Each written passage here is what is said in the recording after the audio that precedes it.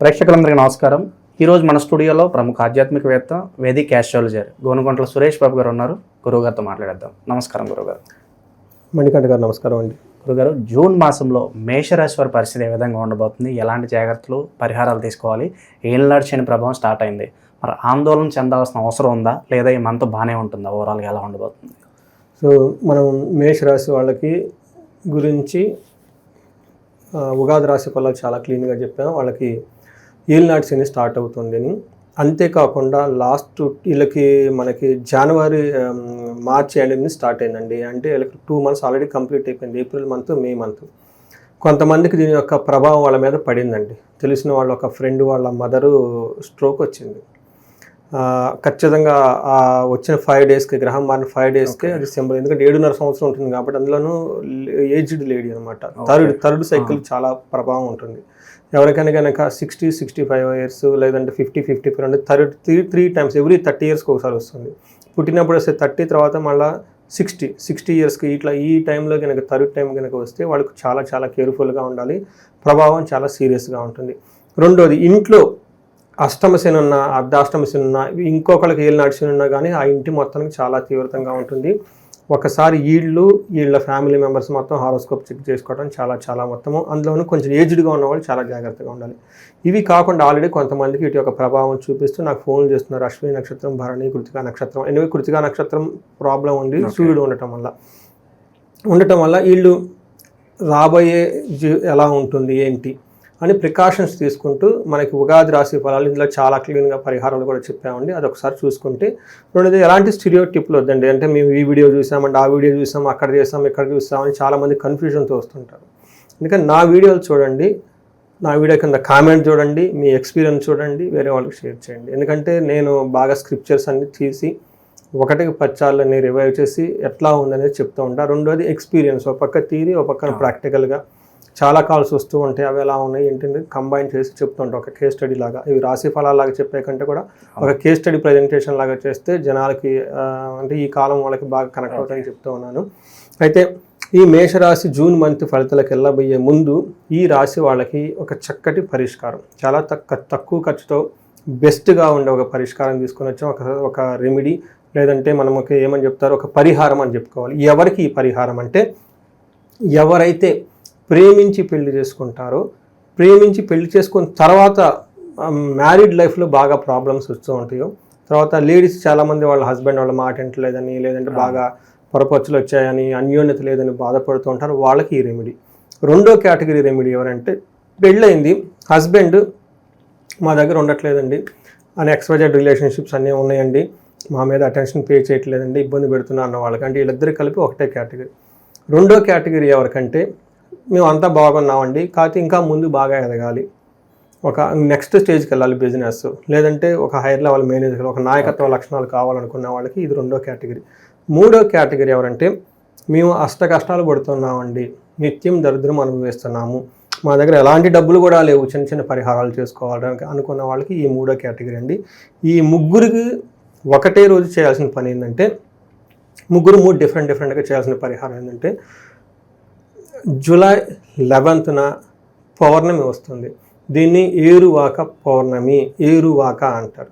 ఇది అందరికీ బాగా తెలిసింది. విలేజెస్లో ఈ రోజున మనకి ఎద్దులకు పూజ చేసి, గ్రామ దేవతలకు పూజ చేసి, గుళ్ళకు పూజ చేసి, ఆ రోజు నవధాన్యాలు తీసుకొని మనకి పొలం పనులు స్టార్ట్ చేస్తారు.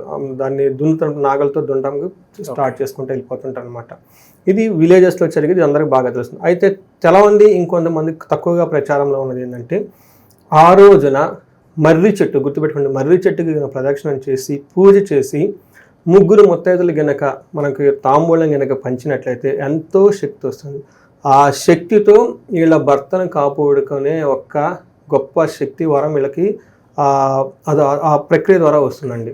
దీనికి మనకి ఏమంటారంటే, వట సావిత్రి వ్రతం కూడా అంటారు. ఒక కథ కూడా ఉంటుంది. సావిత్రి ఆమె కూడా లవ్ మ్యారేజ్, ఇష్టపడి పెళ్లి చేసుకున్న భర్తకి సరైన ప్రాబ్లమ్స్ వచ్చేసి, ఆ తర్వాత యముడు తీసుకుని వెళ్ళిపోతే ఆ యముడిని ఎదిరించేసి తన భర్తను తీసుకొని, ఆ తర్వాత వాళ్ళకి కావాల్సిన రాజ్యం అంతా మళ్ళీ తీసుకొచ్చి ఇప్పించి పెడుతుందన్నమాట. ఆమెకు ఆ శక్తి ఎక్కడి నుంచి వచ్చింది అంటే, ఈ ప్రక్రియ చేయటం వల్ల. ఈ జ్యేష్ఠ మాసం రోజున మనకి వటవృక్షము అంటే మర్రి చెట్టుకి ఈ ప్రక్రియ చేసి పూజ చేయటం వల్ల ఆమెకు ఆ శక్తి వచ్చింది. అందుకని ఆ కథ ఆమెకు అలా ఎలా వచ్చిందంటే ఈ వ్రతం చేయటంలో. అందుకని ఎవరైనా కనుక మన ఫస్ట్ కేటగిరీ పీపుల్ ఎవరైనా కనుక ఉంటే మర్రి చెట్టు చుట్టూ 11 సార్లు ప్రదక్షిణం చేసి దారం ఆ చెట్టు దాని మొత్తం అంతా చుట్టేసి దీపారాధన చేసి తర్వాత 3 పెట్టాలి. అంటే 3 ఆకులు, 3 వక్కలు, 3 అరటిపళ్ళు అలా 3కి 7గురికి కనుక మనం అది తాంబూలం కనుక ఇచ్చేసి చిన్న దీపారాధన కనుక చేసుకోగలిగితే అది మనం ఇందాక చెప్పిన 3 ప్రాబ్లమ్స్ నుంచి సొల్యూషన్ వచ్చేస్తుంది. రెండోది ఎవరికంటే అంతా బాగుందంటే ఇంకా ఉన్నతంగా ఎదగాలనుకున్న వాళ్ళకి ఇది మనకి అశ్వమేధ యాగం చేసినంత ఫలితం వస్తుంది. 1 పావు కేజీ 250 గ్రామ్ కనుక మనం నువ్వులు తీసుకొని కనుక సత్పురుషులకు దానం చేసినట్లయితే అది ఆ అశ్వమేధ యాగం ఫలితం వస్తుంది. తద్వారా వీళ్ళు ఉన్నతంగా ఎదుగుతారు. మూడో కేటగిరీ ఎవరికంటే మనం అన్నీ కష్టపడిపోతున్నాం అంటే అసలు ఏమీ లేదు అనుకున్న వాళ్ళకి ఇది. వీళ్ళు ఆ రోజున ఏం చేయాలంటే మనకి సంస్కృతంలో ఉదక కుంభ దానం అంటారు. అది కన్ఫ్యూజన్ కావద్దు, నథింగ్ బట్ వాటర్ బాటిల్స్ని దానం చేయటం. రెండోది ఏం చెప్తారంటే విసనకర దానం చేయటం, గుడుగును దానం చేయటం, గంధం దానం చేయటం. ఇవి గనక మీరు దానం చేస్తే ఒకళ్ళకో 2కో 3కో మీ శక్తి కొలది, పెద్ద ఖర్చు కూడా కాదండి. మన పూజా స్టోర్కి వెళ్తే ఎంత అవుతుందండి, అయ్యి ఒక వాటర్ బాటిల్ 10 రూపాయలు అవుతుందండి. 2-3 కొన్నా ఒక 100-200లో ఈజీగా అయ్యే మనకి పరిహారం కనుక ఇవి చేసుకుంటా పోతే ఇందాక మనం చెప్పినట్టు బేసిక్స్ కూడా మనకి ఇబ్బంది పడిపోతున్న స్థితుల నుంచి ఖచ్చితంగా బయటకు వచ్చేస్తారు. ఈరోజు గుర్తుపెట్టుకోండి, జూలై 11 అది మనకి జ్యేష్ఠ నక్షత్రం ఉంటుంది, బుధవారం వస్తుంది, పూర్ణిమ ఉంది. ఇది మనం చెప్పుకున్న 3 కేటగిరీ వాళ్ళకి ఎంత సింపుల్గా అయితే అంత సింపుల్, కాంప్లికేట్ చేసుకుండా చేస్తే వాళ్ళకి ప్రాబ్లమ్స్ అన్నీ పోతాయండి. అయితే ఈ రెమెడీ ఇది యూనివర్సల్ రెమెడీ, అందరూ చేసుకోవచ్చు. ఎలాంటి నక్షత్రం వాళ్ళైనా ఎలాంటి వాళ్ళైనా ఇది ఎవరైనా సరే వాళ్ళకి తెలిసిన వాళ్ళ బంధువులు ఎవరైనా ఉంటే ఈ వీడియో కనుక వాళ్ళకి షేర్ చేస్తే వాళ్ళు ఎలాంటి ప్రాబ్లమ్స్ పడుతూ ఉంటే ఆ ప్రాబ్లమ్స్ నుంచి బయటకు వచ్చేస్తే వాళ్ళ సంసారం బాగుంటుంది, పిల్లలు బాగుంటారు, ఆ పుణ్యం మీకు కూడా వచ్చేస్తుంది అనమాట. అందుకని వాళ్ళకు కూడా ఈ వీడియో షేర్ చేయమని చెప్పేసి మనకి ఏమంటారు ఈ ప్లాట్ఫామ్ తరపున అందరికీ విన్నపం చేస్తున్నాను. అయితే మీరు అడిగిన విధంగా కనుక చూసుకుంటే మేషరాశి వాళ్ళకి జూన్ మంత్ ఎలా ఉంటుంది అంటే చాలా వరకు వీళ్ళకి మనకి ఇంప్రూవ్మెంట్ ఉంటుంది. ఈ మంత్ వీళ్ళకి కొంచెం ఫేవరబుల్గా ఉందని మనం చెప్పుకోవాలి. అంటే మనకి ఏలినాడ్సిని వచ్చిన బట్ ఈ మంత్ వీళ్ళకి కొంచెం బాగుంది, ప్రోగ్రెసివ్ ఉందని మనం చెప్పుకోవాలి.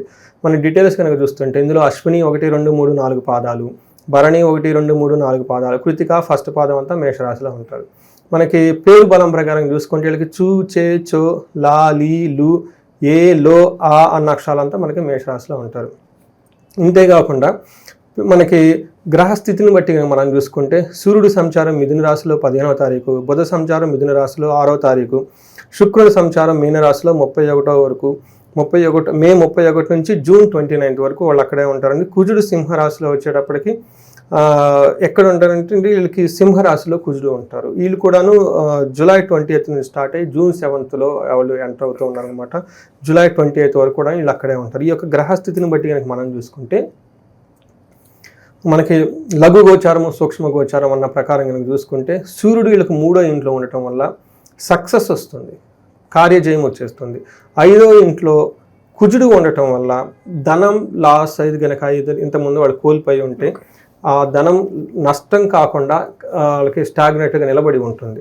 అంటే వీళ్ళకి ఛాలెంజెస్, శత్రువుల నుంచి ఛాలెంజెస్ వచ్చే అవకాశం ఎక్కువగా ఉంటుంది. శుక్రుడు వల్ల అఖిల విషయ భోగం, అన్ని విధాలుగా ఎంజాయ్మెంట్గా ఉంటుంది. ఒక రకంగా మనం చూసుకుంటే వీళ్ళకి సూర్యుడి వల్ల, కుజుని వల్ల, శుక్రుని వల్ల 3 మేజర్ గ్రహాల వల్ల చాలా బాగుందని చెప్పుకోవాలి. అంతేకాకుండా వీళ్ళకి గురువు 3వ ఇంట్లో ఉండి కొంచెం ఇబ్బంది పెట్టే పరిస్థితి ఉన్నా కానీ విపరీత వేద ఉండటం వల్ల ఈ మంత్ అంతా వీళ్ళకి ధన ప్రవాహం కూడా చాలా బాగుంటుంది. అంటే గురువు కూడా అనుకూలంగా ఉన్నారు. శని 12వ ఇంట్లో ఉండటం వల్ల కొంచెం అది ఎల్నాడు శని కాబట్టి బట్ ఓవరాల్గా అది చూపిస్తే మిగతా అంతా బాగుందని మనం చెప్పుకోవాలి. గురుగారు ఈ రాశిలో ఏ నక్షత్రాల వల్ల ఉంటారు, వాళ్ళకి ఎలా ఉండబోతుంది? మనం నక్షత్ర ప్రకారం కనుక చూసుకున్నాం అనుకోండి, ఇందులో మనకి ఏం చెప్తారంటే అశ్విని, భరణి, కృతిక 3 నక్షత్రాలు ఉంటాయి. ఇందులో అశ్విని నక్షత్రం వాళ్ళు కనుక చూసుకుంటే ఐశ్వర్యవంతంగా ఉంటుంది, జయప్రదంగా ఉంటుంది, ధనలాభము చూపిస్తుంది, మృష్టాన్నము చూపిస్తుంది. అంటే అంత పాజిటివ్గా ఉంది. ఒకటి వీళ్ళకి ప్రాబ్లం అంటే బంధనము, బంధించబడినట్లు ఉండే సిచ్యువేషన్ ఎక్కువగా ఉంటుంది. అంటే కన్ఫ్యూజన్ సిచ్యువేషన్ ఎక్కువగా ఉంటారు. తర్వాత భరణి నక్షత్రం వాళ్ళకి ఐశ్వర్యవంతంగా ఉంటుంది, జయప్రదంగా ఉంటుంది, ధనలాభం ఉంటుంది, మృష్టాన్నము, పార్టీలు, ఫంక్షన్లకి చక్కగా అటెండ్ అవుతారు. అయితే వీళ్ళకి ఛాలెంజెస్ ఎక్కడ ఉన్నాయంటేనండి కలహము, బంధనము, నాశనము. తర్వాత జూన్ 13th వరకు అనుకున్న పని కాకుండా ఇబ్బంది పడే అవకాశం ఎక్కువగా ఉంది. కృతికా నక్షత్రం వాళ్ళకి ఐశ్వర్యవంతంగా ఉంటుంది, ధనలాభం ఉంటుంది, మృష్టాన్నము ఉంటుంది. ఇవన్నీ పాజిటివ్గా ఉంటాయి. వీళ్ళకి ఛాలెంజెస్ ఎక్కడ ఉంటాయంటే గొడవలు అయ్యే అవకాశం ఎక్కువగా ఉంటుంది, బంధించబడినట్లుండే సిచ్యువేషన్స్ ఎక్కువగా ఉంటుంది, నాశనము. వీళ్ళు కూడాను ఇది జూన్ 36 వరకు ఏదైనా ఒక పని అనుకుని ఉంటే అది ముందుకు పోకుండా దాంతో ఆటంకాలు వచ్చేసి ఆగిపోయే అవకాశం ఎక్కువగా ఉంటుంది. ఇవి నక్షత్రం ప్రకారం మనం తెలుసుకోవాలి. అశ్విని వాళ్ళకి బుద్ధి నాశనం, తర్వాత భరణి వాళ్ళకి కూడా బుద్ధి నాశనం, రాంగ్ డెసిషన్ తీసుకునే అవకాశం ఎక్కువగా ఉంది. ఇది కూడాను బుధిని వల్ల లప్తా ఉండటం వల్ల రాంగ్ డెసిషన్ తీసుకుని అయ్యో అనవసరంగా మనం ఏదో చేసేసామే, కొనకూడని వస్తువు కొనేసామే, చేయకూడని పని చేసేసామే, అది చేయకుండా ఉండాల్సిందే అని బాధపడే అవకాశం ఎక్కువగా ఉంది. కాబట్టి ఏదైనా పని చేసినప్పుడు 1-2 సార్లు ఆలోచించుకోవడం చాలా చాలా ఉత్తమం. అయితే మనం ఒక విషయం మర్చిపోయామండి, గ్రహస్థితిని మర్చిపోయాము. సూర్యుడు వీళ్ళకి 3వ ఇంట్లో ఉండటం వల్ల ఆరోగ్యం, నిత్య సంతోషం, బంధుమిత్ర సమాగమ, అర్ధలాభం, పుత్ర సౌఖ్యం, ఇవన్నీ వీళ్ళకి చక్కగా ఆరోగ్యంగా ఉంటారు, నిత్యం సంతోషంగా ఉంటారు, బంధువులతో బాగుంటారు, ధన ప్రవాహం కూడా చాలా బాగుంటుంది. అంతేకాకుండా ఫాదర్ విషయంలో వీళ్ళు కొంచెం జాగ్రత్తగా ఉండటం అవసరం. కుజుడు వీళ్ళకి విపరీత వేద ఉండటం వల్ల కుజుడు వీళ్ళకి ఇబ్బంది పెట్టే పొజిషన్లో ఉన్నా కానీ కుజుడు ఇబ్బంది పెట్టకుండా ఆగిపోతూ ఉన్నారు. అయితే టయానికి భోజనం చేస్తూ చక్కగా ఉండి కుజుడు ఒక తటస్థమైన ఉండటంగా ఉన్నారు. అయితే ఒక్క విషయంలో జాగ్రత్తగా ఉండాలి, అతిగా ఖర్చు పెట్టే అవకాశం కనిపిస్తుంది. మీకు ఇందాక కూడా చెప్పండి, రాంగ్ డెసిషన్ తీసుకుంటారు, అయ్యో కొనేసామే అవసరం లేకుండా. అట్లానే వీళ్ళకి ఓవర్ ఎక్స్పెండిచర్, పెట్టాల్సిన దానికంటే మిగతాగా ఖర్చు పెట్టేసి ఇబ్బంది పడే అవకాశం వీళ్ళకి ఎక్కువ కనిపిస్తుంది. కొంచెం జాగ్రత్తగా ఉండాలి, రాంగ్ డెసిషన్ తీసుకోకుండా. ఇంపల్సివ్ బయింగ్ అంటారు, షాపింగ్ మాల్కి వెళ్ళిపోయి టకటగా కొనేస్తారు, ఇంటికి వచ్చిన తర్వాత అనవసరంగా బిల్ అయి ఉంటుంది. ఇలాంటివి ఎక్కువగా ఉంటాయి. ఎప్పుడు వారం కూడా వాడడం, కొన్ని వస్తువులు ఉంటాయి తీసుకొచ్చేస్తాం, 1-2 ఎప్పుడు మనం వాడకూడదు, వాడు సింపుల్గా అలా ఉంటుంది, ఆ మూమెంట్లో మనం కొనేస్తూ ఉంటాం అన్నమాట. అది కొంచెం ఆలోచించుకొని షాపింగ్ చేసుకోవాలి. శుక్రుడికి ఫస్ట్ హౌస్లో ఉండటం వల్ల విపరీతమైన యోగ్యతని ఇస్తుంటుంది, అర్ధలాభము, స్త్రీ సౌఖ్యం, పరస్త్రీ సంగమం లేదంటే పరపురుష సంగమం. లేడీస్ అయితే యత్న కార్యార్థ లాభము, ఏదైనా కనుక పని చేస్తే చక్కగా కలిసి వస్తుంది. వాళ్ళకు కూడాను గుడ్ లైసెన్ విత్ లేడీస్, అంటే వీళ్ళకి జెంట్స్ అయితే ఇంతకుముందు స్త్రీలతో ఏదైనా గొడవలు కనుక పడి ఉంటే వీళ్ళు వాళ్ళతో కలిసి కూర్చొని చక్కగా మాట్లాడితే బాగుంటుంది.